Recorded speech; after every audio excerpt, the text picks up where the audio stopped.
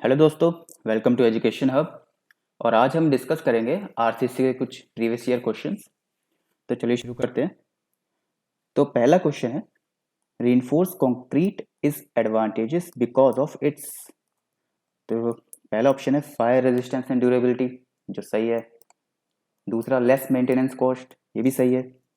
सी monolithic character, ये भी सही है। तो इट मीन्स इसका आंसर है D, all of the above. Now next question is, creep coefficient may be defined as ultimate creep strain divided by elastic strain, ultimate creep stress divided by elastic stress, ultimate creep elongation divided by elastic elongation, या none of the above। तो creep coefficient होता है हमारा ultimate creep strain by elastic strain, तो इसका answer है ए। Now next question is, for concreting heavily reinforced RCC section the slump of the concrete mix should be kept।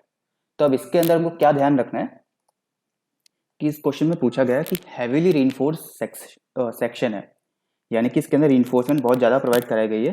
तो हम चाहेंगे कि हमारा जो मिक्स है, कंक्रीट मिक्स, वो कोने कोने के अंदर जाए अच्छे से। तो उसके लिए हमको चाहिए कि हमारी जो वर्केबिलिटी है वो अच्छी खासी हो। तो यानी कि उसकी स्लम्प वैल्यू जो है वो ज़्यादा होनी चाहिए। तो यहाँ should be greater then 25 mm। Now next question is, the tensile strength of concrete for RCC beam is, तो ये डायरेक्ट क्वेश्चन है, 0.7 अंडर रूट एफ सी के। ओके, इसी को हम फ्लेक्सुरल स्ट्रेंथ भी बोल देते हैं कंक्रीट की, या फिर हम ये भी बोल देते हैं कि ये वो स्ट्रेस वैल्यू है जिसपे कंक्रीट में क्रैक्स आना शुरू हो जाते हैं। इस तरीके से भी क्वेश्चन आ सकता है। Okay, now next question is, ultimate bending compressive strain in RCC. ये डायरेक्ट क्वेश्चन है, कोड में आपको इसकी वैल्यू गिवन है।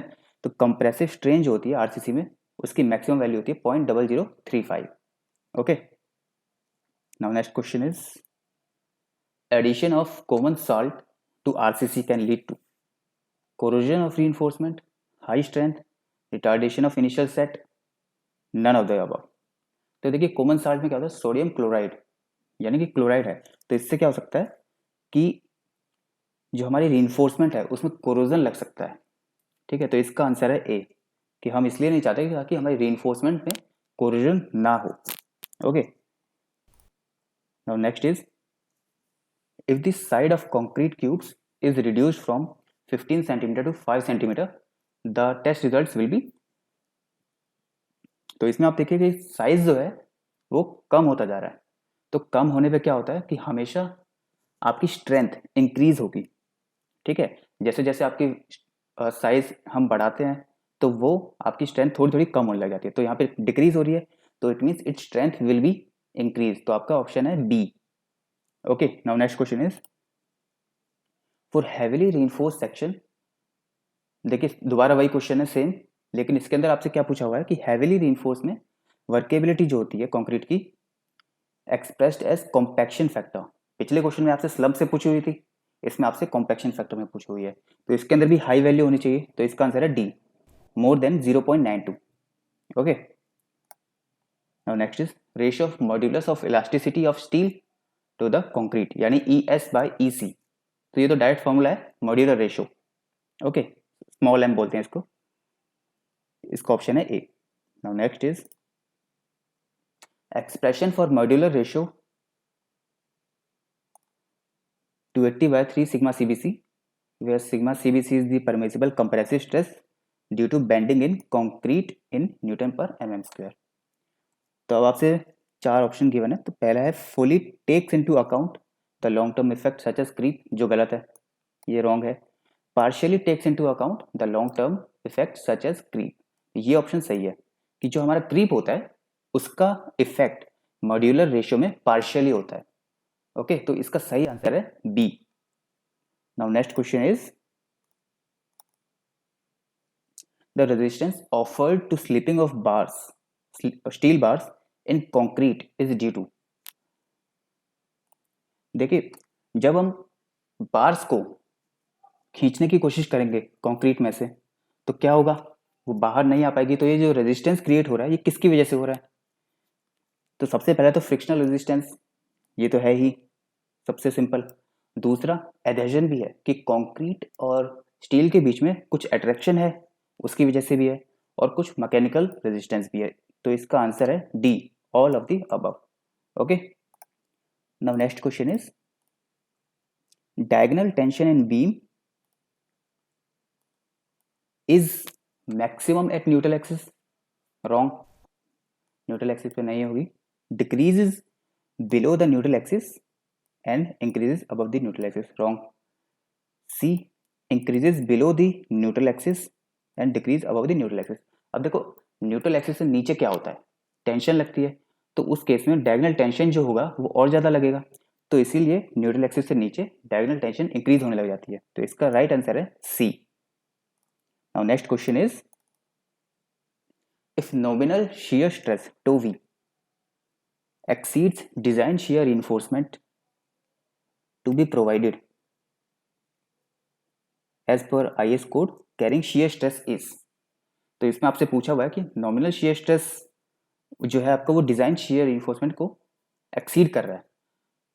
ओके, तो अब जो shear reinforcement जो हम प्रोवाइड करेंगे वो किसके लिए प्रोवाइड करेंगे, कितनी shear stress के लिए प्रोवाइड करेंगे। तो इसका सिंपल आंसर है टो वी माइनस में टो सी। टो वी हमारा है नॉमिनल shear stress यानी कि जो बीम पे लग रहा है, फॉर एग्जांपल मान लीजिए 1000, और टो सी हो गया हमारा डिजाइन shear stress जो कि कंक्रीट का डिजाइन है, फॉर एग्जांपल मान लीजिए 800। तो 1000 माइनस में 800, 200, तो इस 200 के लिए हम shear reinforcement डिजाइन करेंगे। Now next question is the design yield stress of steel according to IS। तो सिंपल सा क्वेश्चन है, एफ आई हमारी स्टील की स्ट्रेंथ हो गई और डिवाइड बाय 1.15 उसका पार्शियल फैक्टर ऑफ सेफ्टी, तो हमारा आंसर है 0.87 यानी option B. Now next question is minimum percentage of tension reinforcement in RCC beam. Minimum की बात हो रही है, ये सीधा कोड में आपको फॉर्मूला गिवन है, इसका आंसर है 0.85 बाय एफ वाई, और डायरेक्ट इसका फॉर्मूला है 0 A S T by B D is equal to में 0.85 बाय एफ वाई, तो इसका आंसर है ए।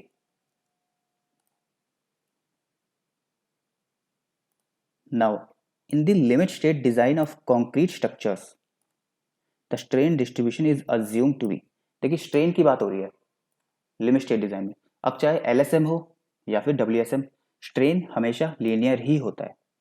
ओके, क्योंकि आपने अजम्पशंस ध्यान होगी आपको कि प्लेन जो होता है, प्लेन सेक्शन बेंडिंग के बाद भी प्लेन ही रहता है, तो it mean strain will be linear. Okay, so right answer is A. Now next question is the loads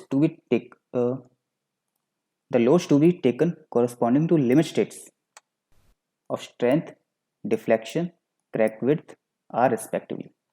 तो आपको लोड की बात हो रही है अलग अलग लिमिट स्टेट के केस में, जैसे स्ट्रेंथ हुआ, डिफ्लेक्शन और क्रैक्स। तो देखिए डिफ्लेक्शन और क्रैक तो सर्विसिबिलिटी में आते हैं, तो इसके अंदर वर्किंग लोड होगा, और स्ट्रेंथ जो होता है इसके अंदर अल्टीमेट लोड होगा। तो यहाँ हमारा आंसर है अल्टीमेट, वर्किंग एंड वर्किंग। तो आपका ऑप्शन हुआ D, ultimate load, working and working. Okay, now next is limit state of serviceability for deflection including the effect due to creep, shrinkage and temperature occurring after erection of partition and application of finishes as applicable to floors and roof is restricted to। तो ये सीधा IS code की recommendation है, span divide by 350। Okay, आपको ये terms याद रखनी होगी, इसकी दो वैल्यूज होती है, स्पैन बाय 250, स्पैन बाय 350। तो ये जो केस आपको गिवन है, जो इसके अंदर जो भी मेंशन है, तो इस केस के लिए होता है span by 350। Now next is structure design on the basis of the limit state method should satisfy.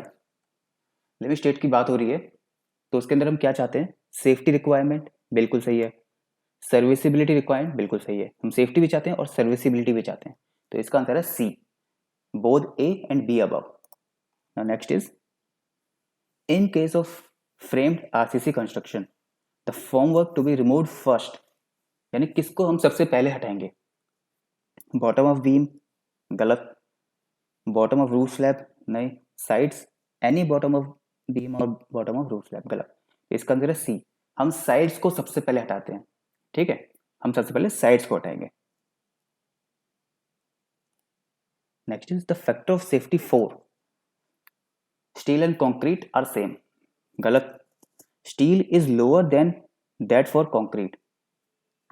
तो ये ऑप्शन सही है कि स्टील का फैक्टर ऑफ सेफ्टी कम होता है 1.15 और कंक्रीट का होता है 1.5।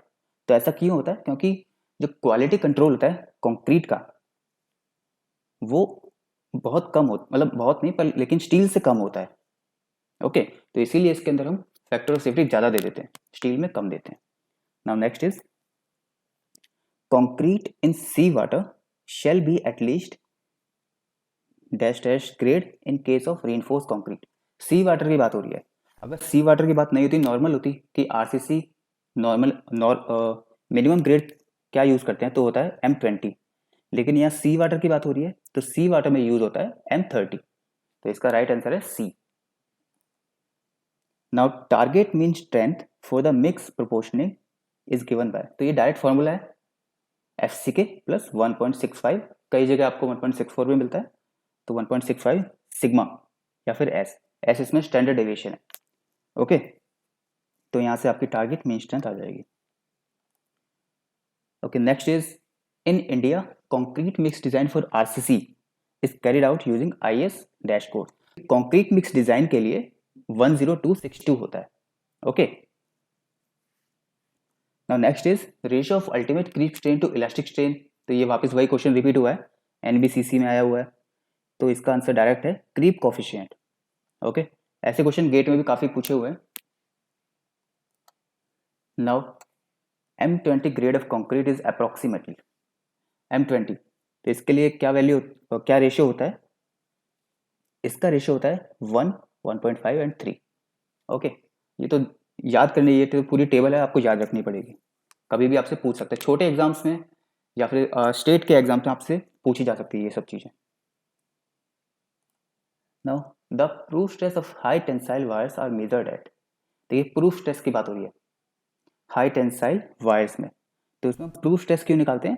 क्योंकि इसके अंदर यील्ड स्ट्रेंथ हम निकाल नहीं सकते जो हाई टेंसाइल स्टील्स होते हैं उनके अंदर, तो उसमें हम क्या करते हैं 0.2% स्ट्रेन पर जो हमारी स्ट्रेस की वैल्यू है उसको हम प्रूफ स्ट्रेस मान लेते हैं। तो इसका आंसर है C, 0.2% residual strain.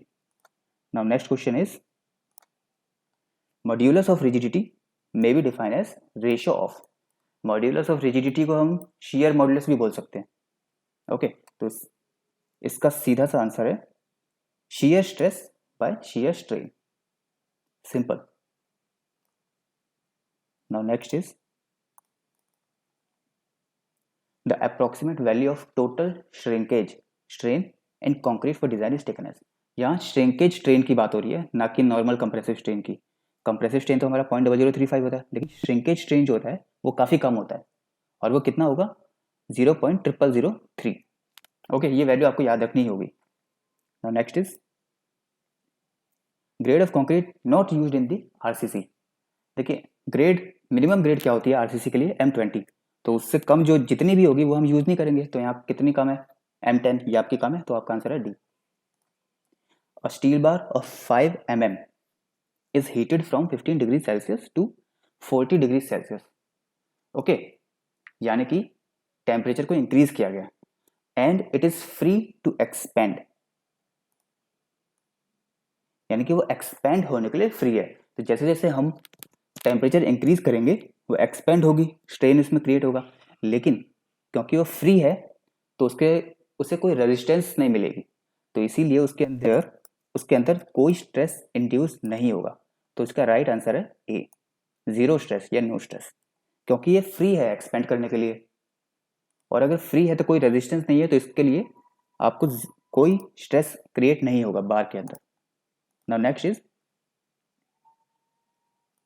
when a body is subjected to 3 mutually perpendicular stresses of equal intensity, the ratio of direct stress to the corresponding volumetric strain।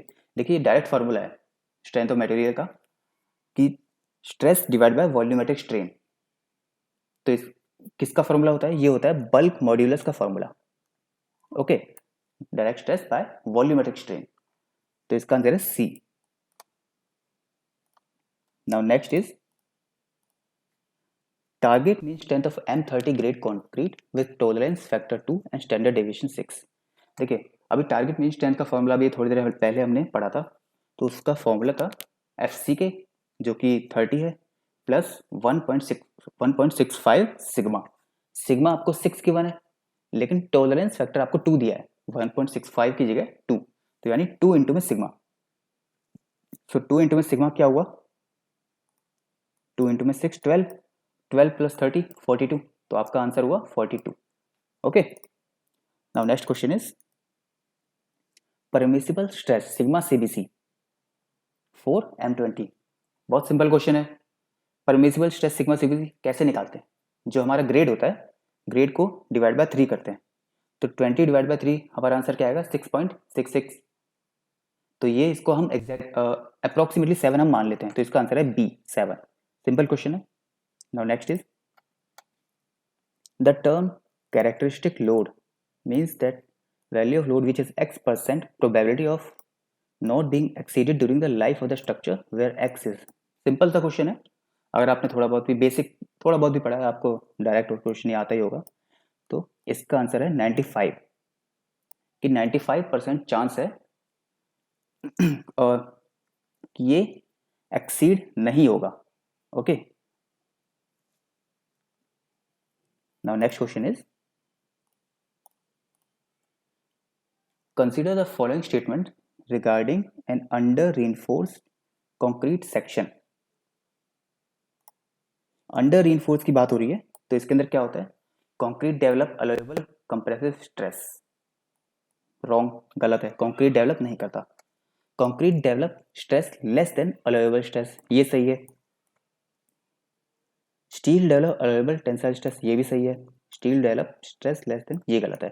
तो इसका राइट आंसर है बी और सी, यानी आपका ऑप्शन है सी।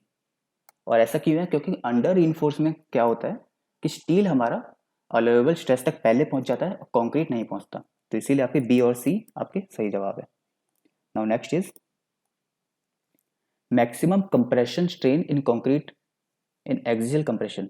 एक्सियल कंप्रेशन में बात हो रही है कि एक्सियल में मैक्सिमम कंप्रेशन कितना आता है, तो ये होता है 0.002।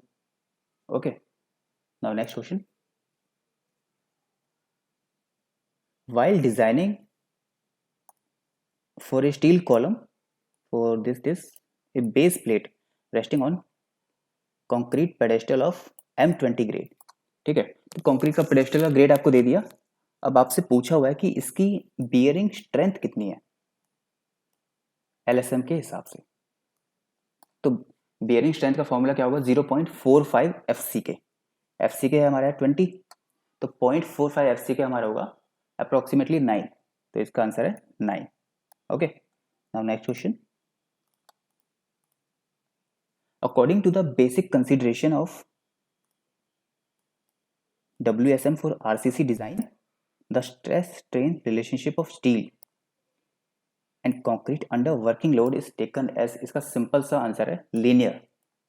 देखिए मैंने अपने लेक्चर्स में आपको बताया था कि LSM और WSM में स्ट्रेस स्ट्रेन रिलेशनशिप दोनों के लिए लीनियर ही होता है, लेकिन LSM में कंक्रीट के केस में नॉन लीनियर हो जाता है, पहले रेक्टेंगुलर होता है उसके बाद पैराबोलिक हो जाता है। ठीक है, तो WSM में ये लीनियर होता है।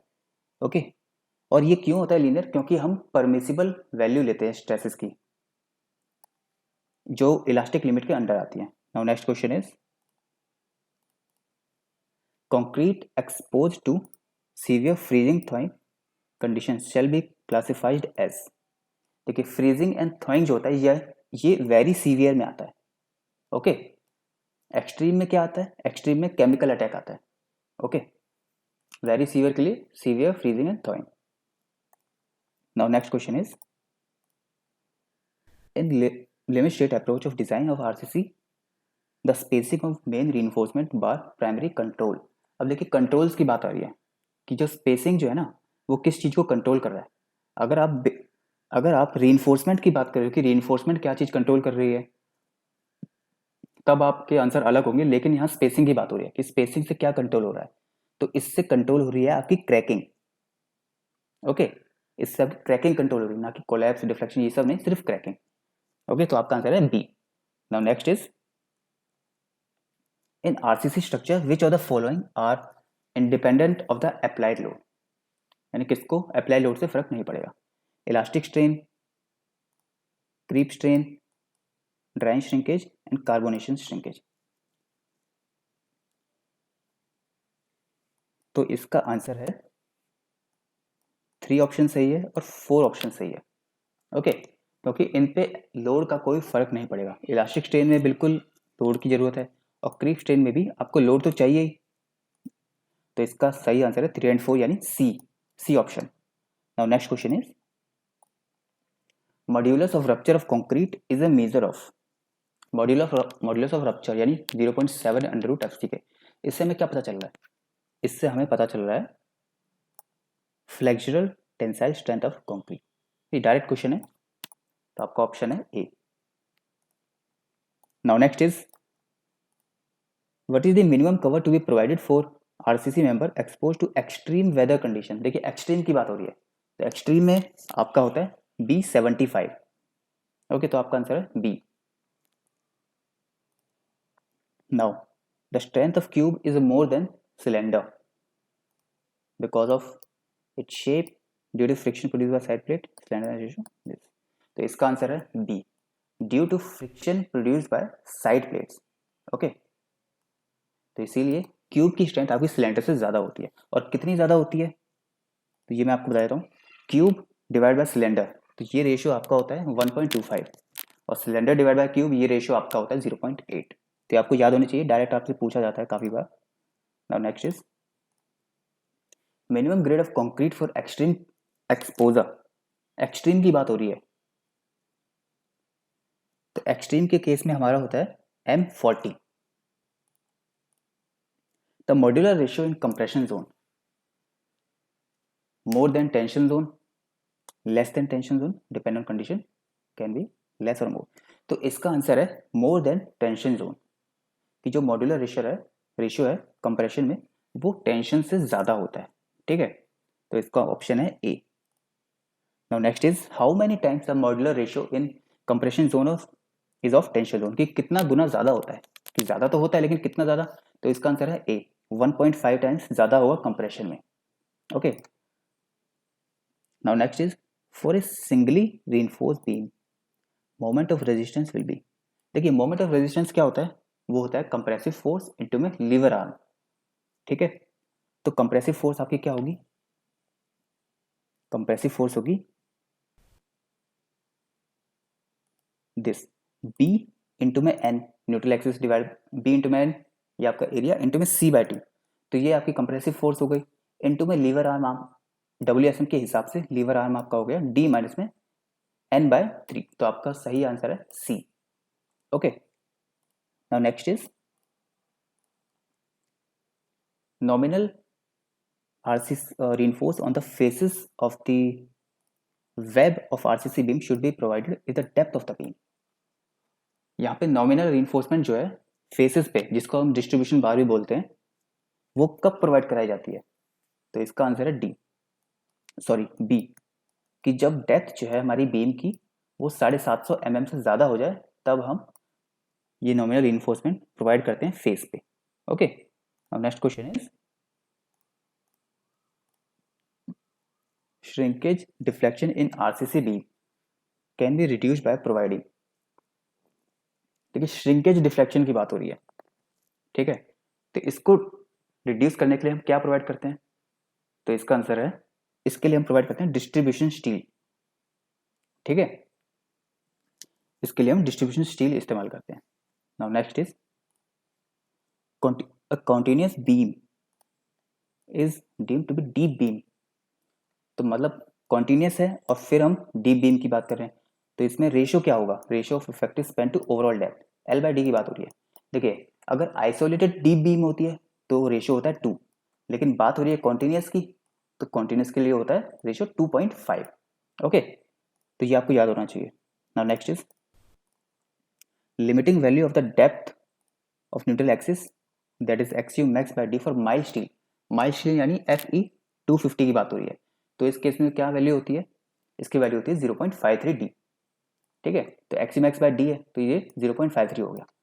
0.48 होता है Fe415 के लिए और 0.46 होता है 500 के लिए। Okay, now next question is the compression reinforcement in beam design by limit state method is provided for। अब देखिए reinforcement compression में हम कब प्रोवाइड करते हैं, जब हमारा मोमेंट जो है, जब हमारा मोमेंट ऑफ रेजिस्टेंस जो है वो बेंडिंग मोमेंट जो बीम पे लगेगा उससे कम है। ठीक है, तो इस केस में हम डबली रीइंफोर्स प्रोवाइड कर देते हैं। तो इस केस में जो कंप्रेशन में हम जो स्टील प्रोवाइड करेंगे तो वो किस बेंडिंग मोमेंट के लिए होगा, तो वो होगा mu माइनस में mu लिमिटिंग। ओके, mu हो गया अल्टीमेट बेंडिंग मोमेंट जो लगेगा, और mu लिमिटिंग हो गया बैलेंस सेक्शन के लिए जो रेजिस्टेंस क्रिएट होगा उस बेंडिंग मोमेंट के लिए। तो mu माइनस में mu लिमिटिंग। ठीक है, तो ये जो डिफरेंस आएगा इसके लिए हम कंप्रेशन में प्रोवाइड कर देंगे reinforcement. Now next is splicing of the reinforcement bar in beam RCC beam can be done at section. तो स्प्लाइसिंग हम कहाँ करते हैं, where bending moment is less than maximum bending moment, wrong, पहला गलत है। बेंडिंग मोमेंट इज जीरो, ये भी गलत है। शियर फोर्स इज जीरो, ये भी गलत है। तो इसका राइट आंसर है बी, कि bending moment is less then 1/2 of the maximum bending moment, तो वहां पर हम स्प्लाइसिंग करते हैं। ठीक है, ये आपको याद होना चाहिए, ये स्प्लाइसिंग की कंडीशन होती है। नाउ नेक्स्ट, इन लिमिट स्टेट डिजाइन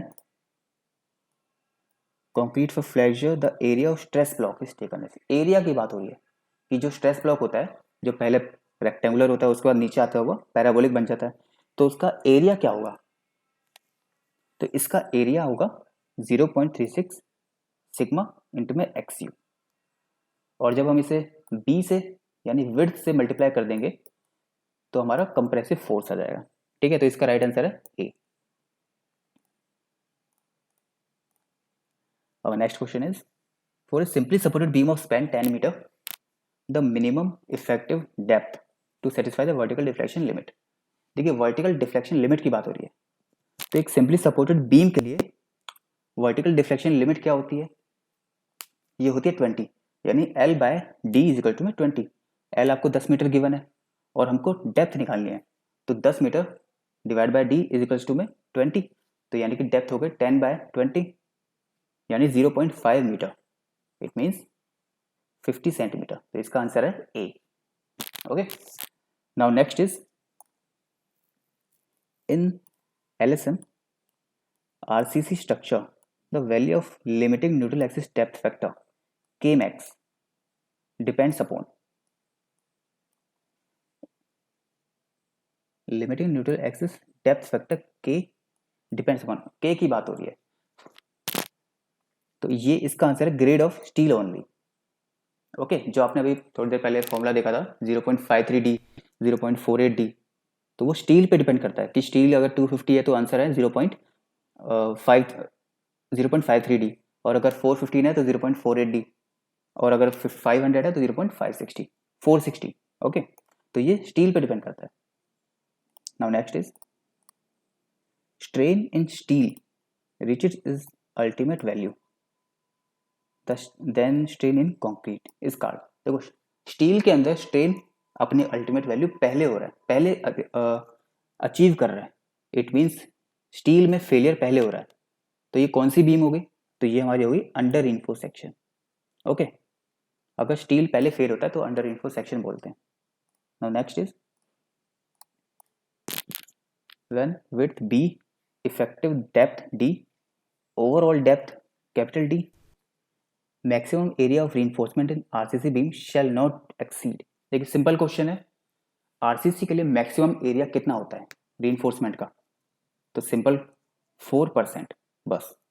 तो आपका है 4% ऑफ ग्रॉस एरिया, क्योंकि 4% दोनों में दे रखा है, तो ग्रॉस एरिया होता है आपका कैपिटल डी होना चाहिए।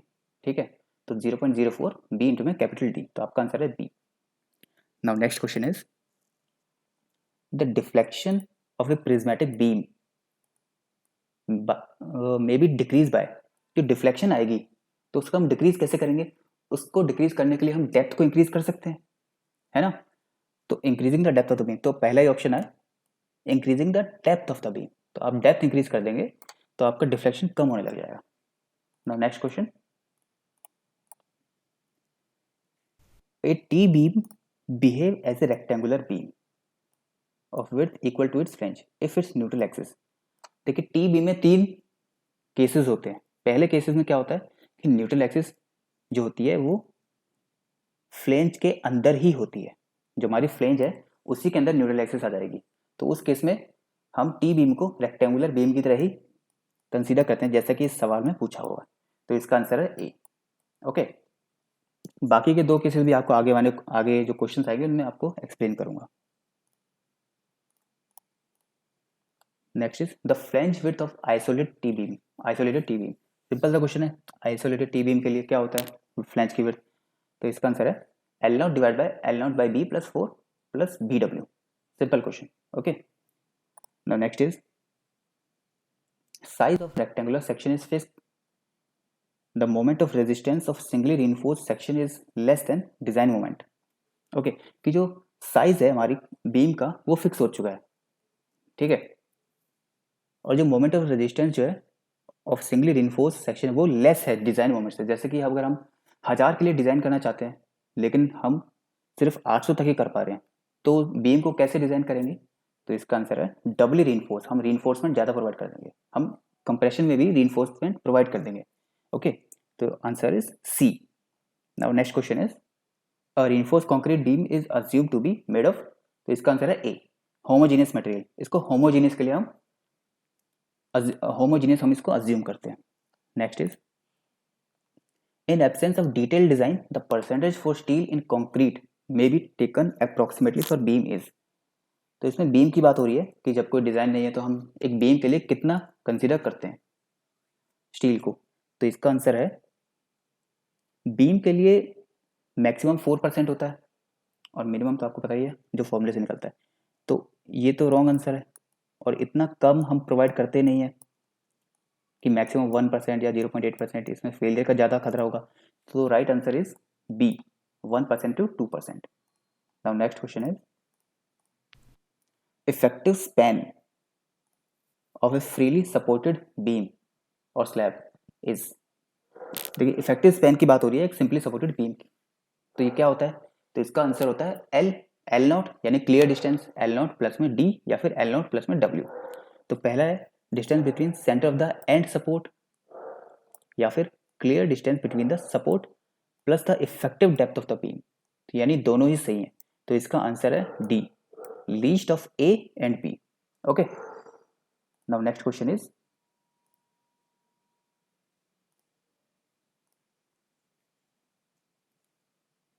a doubly reinforced beam is used when extra safety factor required, depth and width of beam have to be restricted, depth of beam is more than the width, a large moment of resistance is desired। तो इसका right answer है when the depth and width of the beam have to be restricted, कि जो cross section है beam का उसको हम increase नहीं कर सकते, तो अब हम क्या करेंगे, तो अब हम रीइंफोर्समेंट डिक्रीज कर देंगे जिससे कि मोमेंट ऑफ रेजिस्टेंस हमारा बढ़ जाए। ठीक है, तो now next question is the maximum spacing for shear reinforcement of beam should be 300 mm। ये 300 mm तक हो सकती है, तो इसका आंसर है D. In a singly reinforced beam the effective depth is measured from its compression edge to। Beam की बात हो रही है सिंगली रीइंफोर्स की और इफेक्टिव डेप्थ हमको मेजर करना है, तो कंप्रेशन एज यानी जो टॉप मोस्ट फाइबर है वहां से लेके हम कहां तक करेंगे, सेंटर ऑफ टेंसाइल रीइंफोर्समेंट, तो इसका आंसर है D. Now next,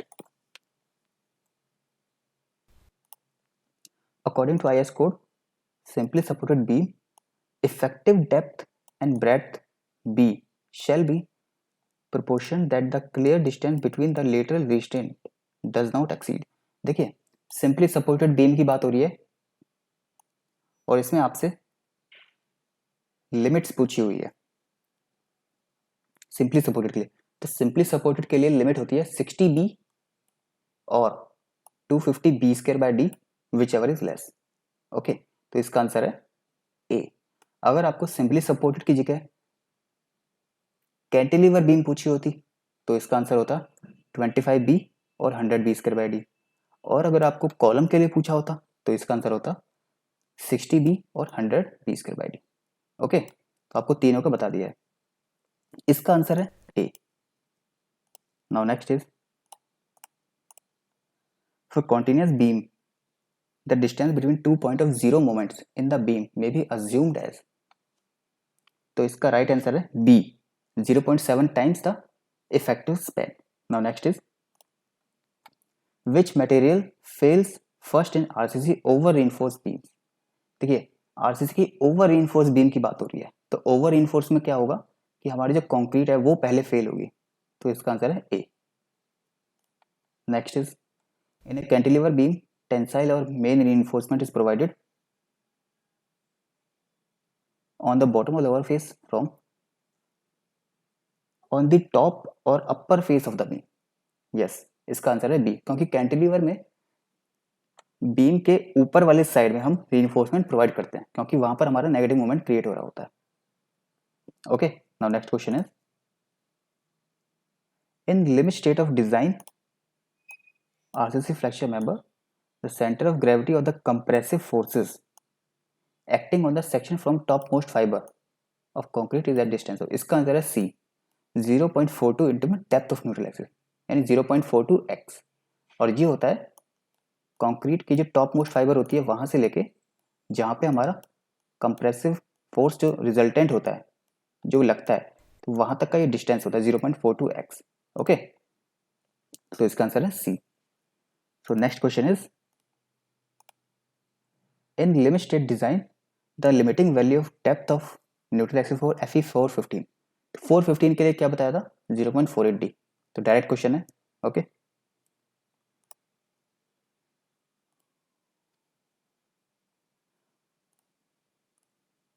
now next is the maximum design stress and the area of the concrete stress block at ultimate limit state of flexure in single RCC section। तो इसमें आपसे maximum design stress पूछा हुआ है और area पूछा हुआ है कंक्रीट स्ट्रेस ब्लॉक का। तो देखिए, मैक्सिमम डिजाइन स्ट्रेस जो होता है वो हमारा होता है 0.45 FCK या फिर 0.447 FCK इस केस में, और जो एरिया होता है वो होता है 0.36 FCK BXU। तो इसका आंसर है ए। Now next is the assumption that the plane section normal before bending remains normal after bending is used only in working stress method of design, only in limit state method of design, in both। तो इसका answer है in both, दोनों में ही ये use होता है। ठीक है, क्योंकि इसका मतलब क्या है कि जो स्ट्रेन है वो लीनियर है, तो ये दोनों केसेस में हमारी लीनियर होती है। तो इसका आंसर है C. Now next is the following two statements are made with reference to simply supported under reinforced RCC beam.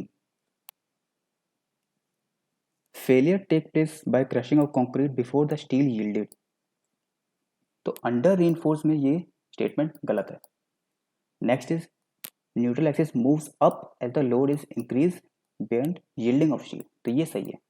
तो हमारा पहला रॉन्ग है, दूसरा सही है। First is false, second is true. तो अब ऑप्शन है D. Now next question is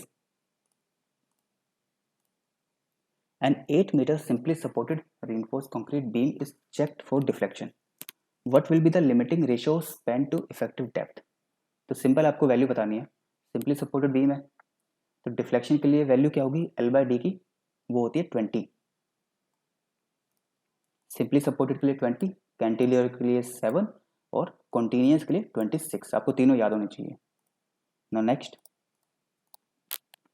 in TB when XU is greater than DF, DF is greater than 3/7 XU, then DF is replaced by YF। the value of YF is, तो YF का formula आपको जो है याद होना चाहिए, वो होता है 0.15 XU प्लस 0.65 DF। इसका ऑप्शन है ए। ठीक है, now next is the slenderness limit of cantilever beam to ensure lateral stability. ये अभी पिछला क्वेश्चन आया था, उसमें मैंने आपको कैंटिलीवर के लिए बताया था 25B या फिर 100B²/d। 60B हो जाता है हमारा स्लैब बीम के लिए, सिंपली सपोर्टेड बीम के लिए। तो 25B या फिर 100B²/d। तो इसका आंसर है D, smaller of B and C. Okay, now next is minimum compression reinforcement in the beam is. अब देखिए, कंप्रेशन रीइंफोर्समेंट के बारे में आपसे पूछा हुआ है। कंप्रेशन, तो कंप्रेशन में जब हमें जब मोमेंट ऑफ रेजिस्टेंस या फिर जो हमारा क्रॉस सेक्शन होता है वो जब हम इंक्रीज नहीं कर सकते तब हम कंप्रेशन में रीइंफोर्समेंट प्रोवाइड करते हैं, वरना हम नहीं करते। तो नहीं करते का मतलब क्या है कि जीरो। तो इसका आंसर है मिनिमम कंप्रेशन रीइंफोर्समेंट जो होता है वो जीरो होता है। Okay, now next is the development length of bar as per IS 456 is given by. तो यानी आपसे सीधा डेवलपमेंट लेंथ का फॉर्मूला पूछा हुआ है बस, और कुछ नहीं, सीधा फॉर्मूला। तो फॉर्मूला आपको याद होगा 5 सिग्मा st बाय 4 2BD। तो इसका आंसर है B. Next is for bars in tension a standard hook has an anchorage value equivalent to straight length of. तो आपसे एक स्टैंडर्ड हुक है, उसके लिए कितनी डेवलपमेंट लेंथ आपको प्रोवाइड करनी है, ये वैल्यू ये आपसे पूछा हुआ है। तो इसका आंसर है 16.5 सी ऑप्शन।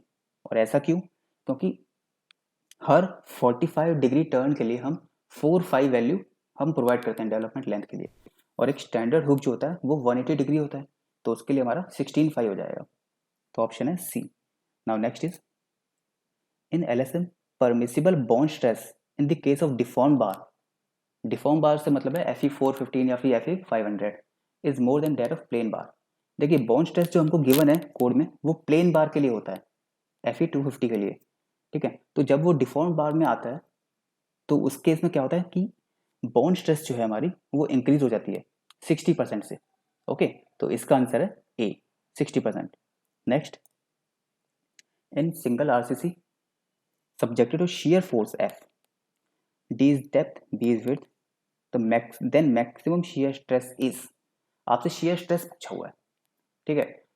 तो इसका सिंपल सा आंसर आपको साफ दिख रहा है F बाय BD, यानी F divide by cross sectional area, उसी से हमारा shear stress आएगा। ओके, तो आंसर है A. Next is which of the beam with following depth will required side face reinforcement. इसका आंसर है 800 mm, डी ऑप्शन। क्योंकि 750 mm जो होती है 750 mm तक हम साइड फेस रीइंफोर्समेंट नहीं देते, उससे ज़्यादा डेप्थ हो जाती है तब हम देते हैं। तो 800 इस केस में हम साइड फेस रीइंफोर्समेंट प्रोवाइड करेंगे।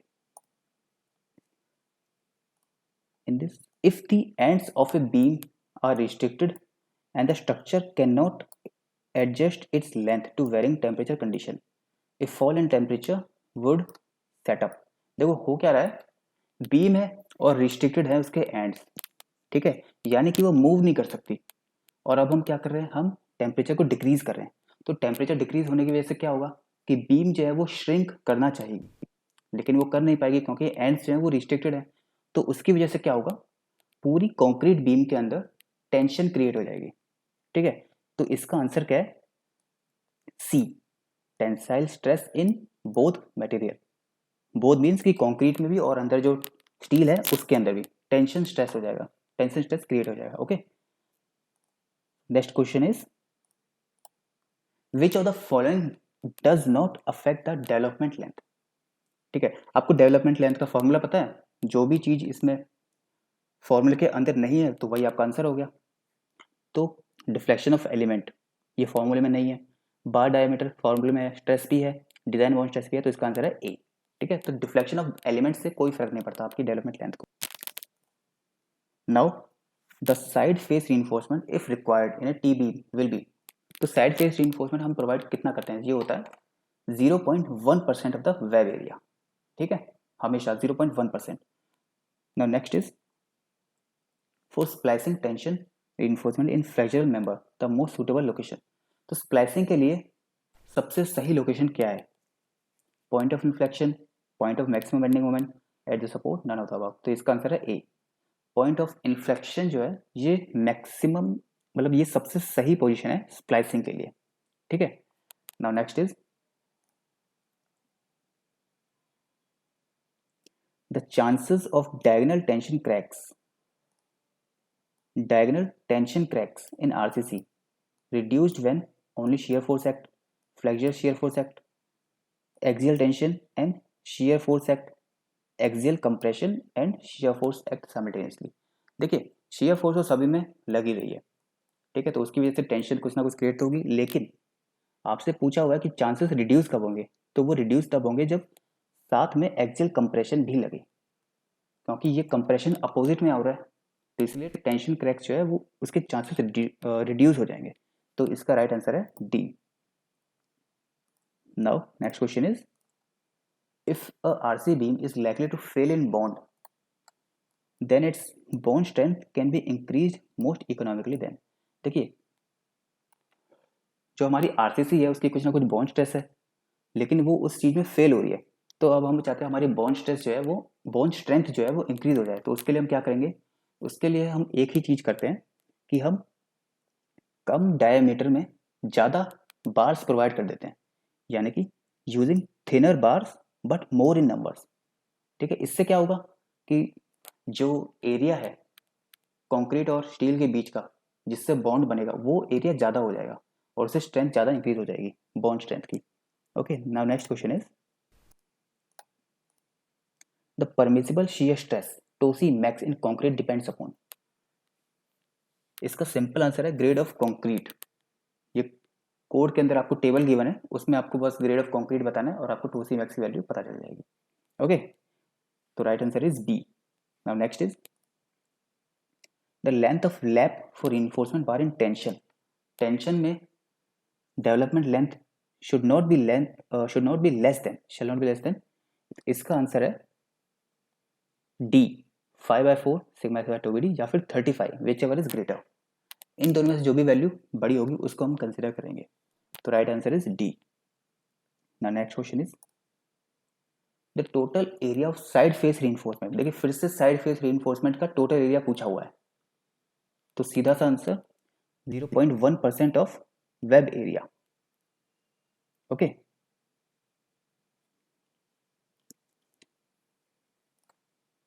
Encourage value of standard 90 degree bend will be. देखिए मैंने आपको पहले ही बताया था कि हर 45 डिग्री बैंड के लिए 4/5 हम मिनिमम प्रोवाइड करते हैं, 4 इंटू में डायमीटर। ठीक है, तो 90 डिग्री के लिए क्या होगा, 8 इंटू में diameter.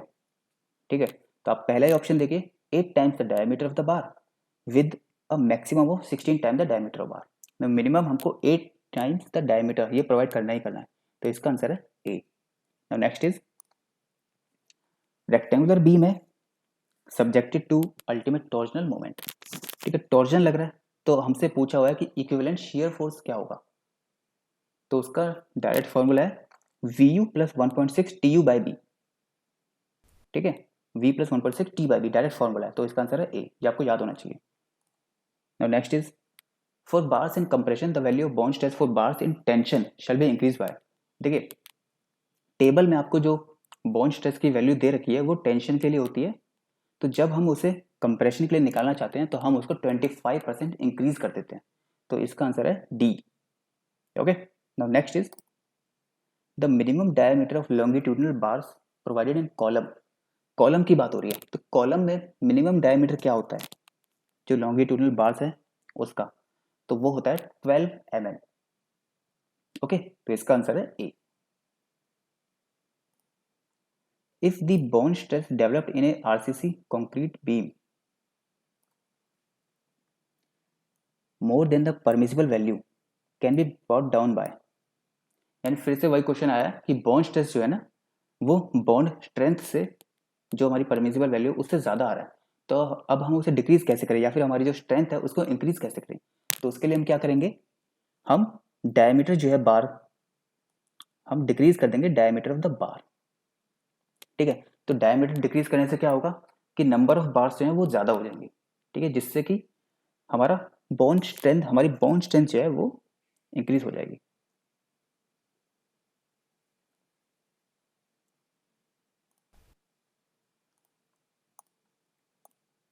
Next is, longitudinal shear stress acting on the surface between steel and concrete is called bond tensile compressive none of the above। Simple सा क्वेश्चन है, स्टील और कंक्रीट के बीच में जो सरफेस है उसके उसके ऊपर लॉन्गिट्यूडनल शियर स्ट्रेस लग रहा है, तो उसको हम क्या बोलते हैं, बॉन्ड स्ट्रेस बोलते हैं। ठीक है, तो इसका आंसर है A. Next is, the anchorage value of hook is assume to 16 times diameter of the bar if the angle of the bend is. देखिए 16 टाइम्स इंटू में डायमीटर ऑफ बार तो हमेशा अज्यूम करी जाती है, ये मैक्सिमम वैल्यू होती है जो हम प्रोवाइड कर सकते हैं, तो इसके लिए एंगल से कोई फर्क नहीं पड़ेगा, तो 30 40 45 कोई भी हो चलेगा, तो यानी कि आंसर है D, all of the above. Now next, maximum compression shear strength of concrete यानी tau c max is provided 4, diagonal compression, tension, shear, torsion. तो इसका आंसर है ए, डायगोनल कंप्रेशन, क्योंकि मैक्सिमम कंप्रेशन शियर स्ट्रेंथ की बात हो रही है। ठीक है, कि कंक्रीट कंप्रेशन में कितना झेल सकती है, तो इस केस में डायगोनली वो कंप्रेस होगा, तो इस केस में वो फेल होगा डायगोनल कंप्रेशन में। ठीक है, now next is for simply supported beam the maximum shear force WL/2, here L is, तो L क्या होता है इस केस में, इफेक्टिव होता है, क्लियर स्पैन या डिस्टेंस बिटवीन जीरो मोमेंट। तो इसका आंसर है सी, क्लियर स्पैन। ठीक है, तो इसका आंसर हमारा क्लियर स्पैन हुआ। Next, value of tau v nominal stress for a beam of varying depth is, varying depth के केस में टोवी का फॉर्मूला क्या होता है, नॉर्मल क्या होता है V/BD, लेकिन वेरिंग डेप्थ है तो इस केस में plus minus M/D tan beta by BD हो जाएगा। तो इसका आंसर है B, V plus minus M/D tan beta by BD। Now next, the lap slices can not be provided for diameter of bar, जो lapping हम करते हैं वो किस डायमीटर तक के लिए हम कर सकते हैं, तो इसका आंसर है 36 mm। ठीक है, 36 तक हम कर सकते हैं, उससे ज़्यादा के लिए हम नहीं कर सकते, so it should not be provided for more than 36 mm। Okay, next question is column is considered as short column if its slenderness ratio is less than, तो स्लेंडरनेस रेशियो के बेस पे शॉर्ट कॉलम कब होगा, जब इसकी value 12 से कम होगी, तो इसका राइट आंसर है 12, A option. Now next is maximum reinforcement is column is 6%। ठीक है, मैक्सिमम 6% होती है। Minimum eccentricity that should be used in design of any RCC column is approximately, minimum eccentricity की बात हो रही है, तो इसका जो फॉर्मूला होता है वो होता है lateral side by 30 plus span by 500, तो इसका राइट आंसर है D. Minimum number of main bar in circular column, तो सर्कुलर कॉलम में मिनिमम बार्स जो हम प्रोवाइड करते हैं वो होते हैं 6। ठीक है, और अगर रेक्टेंगुलर होता है तो उसके लिए प्रोवाइड करते हैं 4। ठीक है, next is diameter of longitudinal bar in column should not be less then, repeated question है, पहले भी आया था, तो डायमीटर जो होता है वो 12 mm तो होना ही चाहिए कॉलम के अंदर। Now next question is a column design by ultimate standard design is considered to be long if its slenderness ratio is greater than 12, 12 से कम है तो शॉर्ट हो जाएगा, 12 या 12 से ज़्यादा है तो वो लॉन्ग हो जाएगा।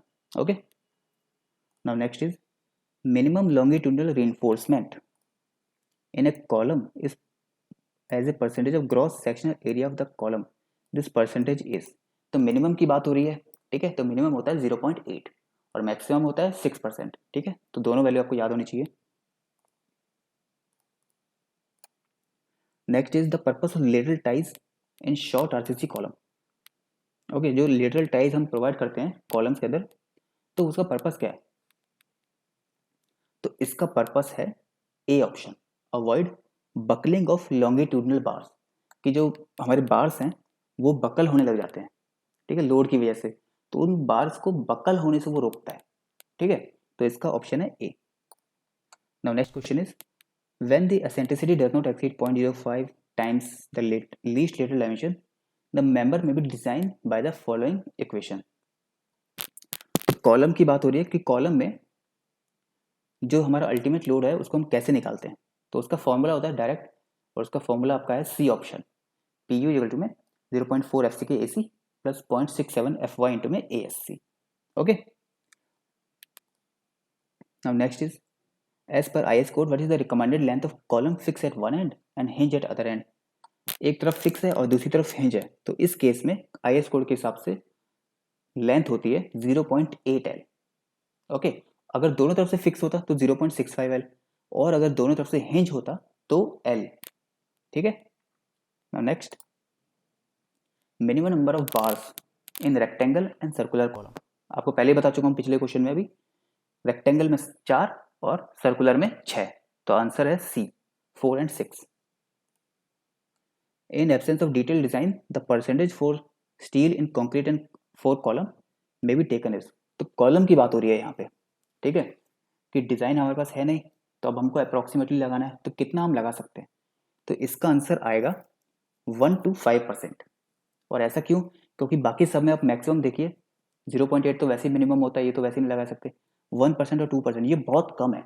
और कॉलम जो होता है वो सारा लोड जमीन में ट्रांसफर करने के लिए होता है, तो इस केस में हम कॉलम में इतना कम नहीं लगा सकते, तो इसका आंसर है 1 to 5%। Now next is for column with both end restrained, unsupported length shall not be dash time the least lateral dimension of column section। ठीक है, तो इसका आंसर है D, greater than 60।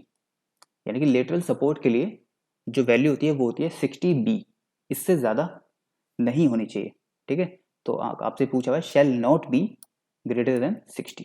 Okay, next is column और strut, या फिर pedestal भी बोल सकते हैं स्ट्रट को। ये होता है कंप्रेशन मेंबर जो जिसकी effective length of which exceed x time the least lateral dimension. यानी सिंपल आपसे एल बाई डी रेशियो पूछा हुआ है, तो कॉलम और स्ट्रट के लिए एल बाई डी होता है 3, इसको पेडेस्टल भी बोलते हैं। ठीक है, 3 होता है।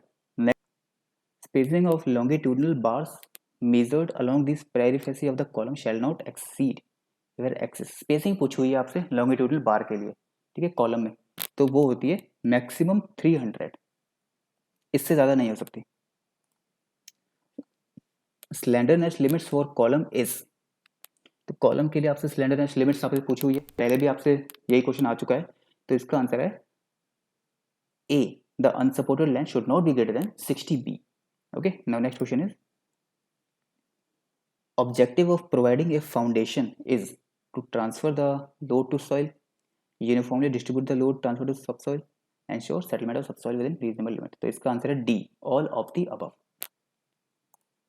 Raft foundation is a type of, simple सा क्वेश्चन है, इसका आंसर है बी, शैलो फाउंडेशन। राफ्ट जो है वो शैलो फाउंडेशन की ही टाइप है। Okay, the critical section for calculating bending moment in a footing supporting a column is taken as face as D distance from face of column. Now edge of the footing, तो इसका answer है face of the column, column के face पर ही हमारा critical section होगा। ठीक है, now next is ensure uniform pressure distribution, the thickness of foundation is kept uniform, decrease toward edge, increase none। तो इसका आंसर है बी, डिक्रीज टॉवर्ड द एजेस। और आपने प्रैक्टिकली देखा भी होगा कि जो फाउंडेशन हम बनाते हैं वो सेंटर में थोड़ी, सेंटर में जो डेप्थ होती है वो जब एज की तरफ आने लगते हैं हम, तो एज की तरफ वो डिक्रीज होने लग जाती है थिकनेस। ठीक है, तो ये हम क्यों करते हैं, ताकि यूनिफॉर्म प्रेशर डिस्ट्रीब्यूशन हो। ठीक है, now next is RCC slabs में मिनिमम परसेंटेज ऑफ स्टील कितना होता है माइल्ड स्टील के केस में, तो ये होता है 0.15%। ओके,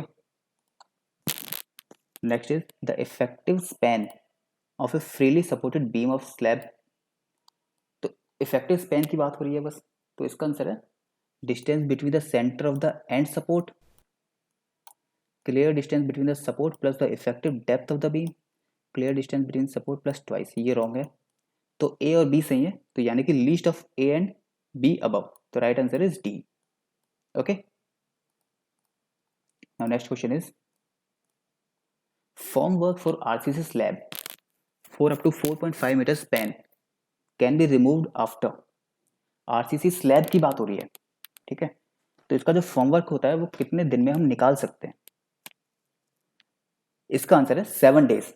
ठीक है, क्योंकि यहाँ पे 4.5 मीटर की लेंथ भी दे रखी है, 4.5 मीटर से कम है तो 7 डेज होते हैं, और अगर 4.5 मीटर से ज़्यादा है तो 14 डेज होते हैं, तो आपका आंसर है 7 days. Okay, now next is in a two way slab lifting of corner occur due to, simple सा आंसर है टॉर्जनल मोमेंट। जब टॉर्जन लगता है तो कॉर्नर जो है वो उठने लग जाते हैं। ओके, तो answer is B. A slab is design as one way with the ratio of long span to short span is greater than 2। इसका आंसर है डी। जब 2 से ज़्यादा हो जाएगा इट मीन्स एक साइड बहुत ज़्यादा लंबी है, तो उसको हम वन वे बोलेंगे। इन case of using HYSD bars in slabs, the minimum percentage of steel is 0.12%। क्योंकि HYSD हाई स्ट्रेंथ है तो हम कम कर देते हैं, 0.12% कम कर देते हैं इसको। In the formula m naught is equal to WL/8 for the flat slab, L is defined as clear span। Okay, ये क्लियर स्पैन होगा, उससे ही हम वैल्यू निकालते हैं। Design of one-way RC slabs for concentrated load is done by using Figure's moments coefficient, taking slab strip of unit width containing the load. Okay, तो हम slab को एक स्ट्रिप की तरह, यूनिट विड्थ की स्ट्रिप की तरह कंसीडर कर लेते हैं। तो इस तरीके से हम आरसी स्लैब को डिजाइन करते हैं। इसका आंसर है B. Okay, next is minimum diameter of bars for slab is generally, तो मिनिमम डायमीटर स्लैब के लिए होता है 8 mm। ओके, तो आपको याद होना चाहिए। Maximum percentage reinforcement in case of slab is limited to, इसका आंसर 4%। स्लैब और बीम दोनों में ही 4% होता है मैक्सिमम परसेंटेज।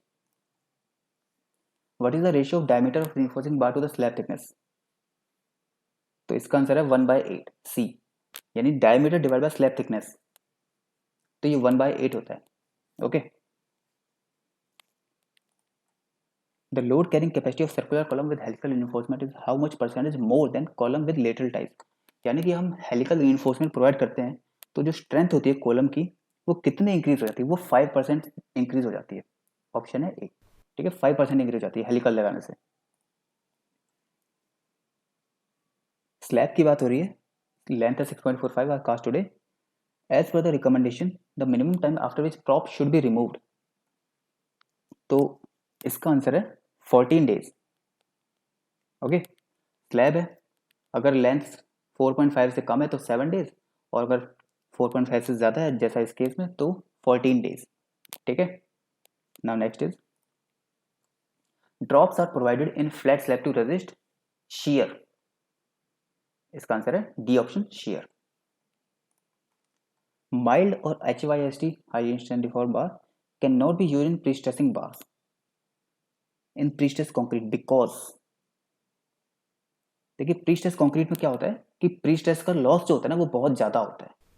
ठीक है, तो इसका आंसर है बी कि loss of prestress is high when compare to yield stress. अगर हम इनसे कंपेयर करने लग जाएंगे तो उनका लॉस जो बहुत ज़्यादा है तो इनको यूज करने का कोई फायदा ही नहीं होगा। Okay, next is normally prestressing wires are arranged in the lower part of the beam, upper part, centre and any part of the beam. देखिए प्री-स्ट्रेस वायर्स जो होती है हम सेंटर में भी दे सकते हैं, हम केबल की फॉर्म में भी दे सकते हैं जो लोअर में भी होती है और घूमते हुए वो ऊपर वाले पोर्शन में भी जा सकती है, लेकिन नॉर्मली हम प्रोवाइड करते हैं लोअर पार्ट पे। ठीक है, now next is in case of post tensioning member prestress take place after the completion of tension process, before the completion of tensioning process, at the release of prestress from bulkhead. अब ये post tensioning का case है तो इसका answer है A, after the completion of tensioning process. ठीक है, right answer is A. Coefficient of shrinkage for high grade concrete for pre tension work is, pre tension के लिए पूछा हुआ है तो इसका आंसर है 3 × 10⁻⁴। ठीक है, ये आपको पहले भी स्टार्टिंग में क्वेश्चन से बताया था, 3 × 10⁴ होता है हमारा shrinkage strain. Now if the maximum dip of parabolic tendon carrying tension P is H, देखिए डिप जो है पैराबोलिक की वो H हो गई और टेंशन जो है वो P हो गई, तो इसकी वजह से जो मोमेंट क्रिएट होगा वो होगा P इंटू में H, और उसको इक्विलिब्रियम में रखने के लिए जो बीम नीचे की तरफ बेंडिंग मोमेंट लगाएगी वो होगा WL²/8, तो इन दोनों को इक्वल होना चाहिए, तो WL²/8 is equal to PH। तो हमसे पूछा हुआ है कि अपवर्ड यूनिफॉर्म प्रेशर क्या होगा, यानी W क्या होगा, तो यानी WL²/8 is equal to P into में H। तो हमें W निकालना है, तो यहाँ से जब हम सॉल्व करेंगे तो W की वैल्यू आएगी 8 HP/L²। ओके, तो हमारा आंसर है B. Next is for post tension member minimum strength is, post tension के लिए मिनिमम स्ट्रेंथ होती है 30 और प्री टेंशन के लिए होती है 40, ये दोनों आपको याद होने चाहिए। Limit state of serviceability of pre stress concrete should satisfy, देखिए सर्विसिबिलिटी की बात हो रही है तो ये आपको पता ही होगा, इसके अंदर क्रैकिंग आती है, डिफ्लेक्शन आता है, कंप्रेशन नहीं आता, डिफ्लेक्शन मैक्सिमम कंप्रेशन, कंप्रेशन नहीं आता, तो डिफ्लेक्शन एंड क्रैकिंग। ओके, तो इसका आंसर है C. The loss of pre stress due to shrinkage of concrete is the product of modular ratio and percentage of steel, modulus of elasticity of concrete and shrinkage of concrete, इसका answer है B. क्योंकि shrinkage of concrete की वजह से loss of prestress कितना होगा, तो shrinkage strain जो है हमारा कंक्रीट का 3 इंटू में 10⁻⁴, तो ये श्रिंकेज स्ट्रेन है, इसको मॉड्यूलस ऑफ इलास्टिसिटी से मल्टीप्लाई करेंगे तो हमारा आएगा स्ट्रेस, तो लॉस ऑफ स्ट्रेस हमारे यहाँ से निकल जाएगा, तो आंसर है बी। ठीक है। Now next is the minimum grade of concrete that can be use for pre tension. Pre tension के लिए बताया था अभी M40 और पोस्ट टेंशन के लिए M30। High strength concrete is necessary pre stressed concrete as the materials offer high resistance in tension bond shear bond bearing tension shear bond bearing tension shear। तो देखिए हाई स्ट्रेंथ कंक्रीट है तो वो तो resistance हर एक चीज में provide करेगा, तो इसका आंसर है सी। टेंशन शेयर बॉन्ड बेयरिंग सभी में वो टेंशन और रेजिस्टेंस प्रोवाइड करेगा, तो आंसर है C.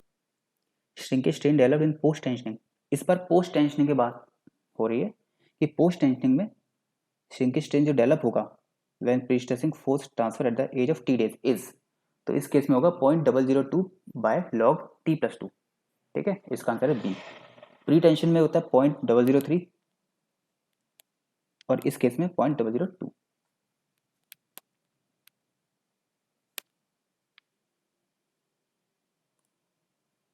The IS code for pre-stress member is, pre-stress member के लिए होता है IS कोड 1343। ठीक है, thank you for watching this guys, subscribe my channel, और आपके जो भी डाउट्स हैं वो आप नीचे कमेंट सेक्शन में लिख सकते हैं। Okay, thank you.